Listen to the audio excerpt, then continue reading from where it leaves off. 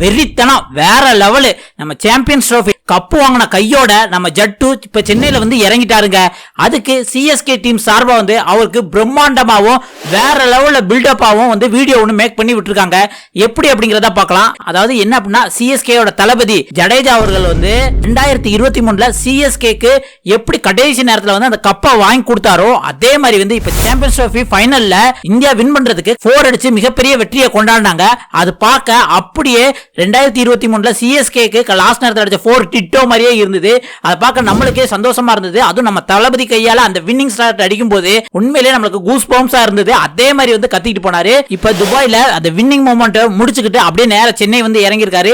இறங்கி வந்ததுமே வந்து அவருக்கு கொடுத்த பில்டப் எப்படி இருக்கு அப்படின்னா நம்ம புஷ்பா பில்டப் அளவுக்கு இருக்குங்க. எப்படி அப்படின்னா ஒரு கார் வந்து ஸ்பீடா இறங்குற மாதிரியும் அதுல உள்ளுக்கு புஷ்பாக்கும் அந்த ஸ்டைலா வந்து இறங்கினா எப்படி இருக்கும் அது மாதிரி நம்ம சிஎஸ்கே தளபதி ஜட்டுவும் அப்படியே வந்து ஸ்டைலா வந்து இறங்குறாரு. இறங்கினது மட்டும் இல்லாம வந்து புஷ்பா ஸ்டைல்ல தாடி தடவி விட்டுக்கிட்டு ஒன்னு சொல்றாரு, ஜட்டுங்கிறது வந்து நேம் கிடையாதான், ஜட்டுங்கிறது வந்து பிராண்டா அப்படின்ட்டு புஷ்பா ஸ்டைல்லையே தாடி தடவிட்டு அப்படியே முதுகுல அடிச்சு காமிக்கிறாருங்க.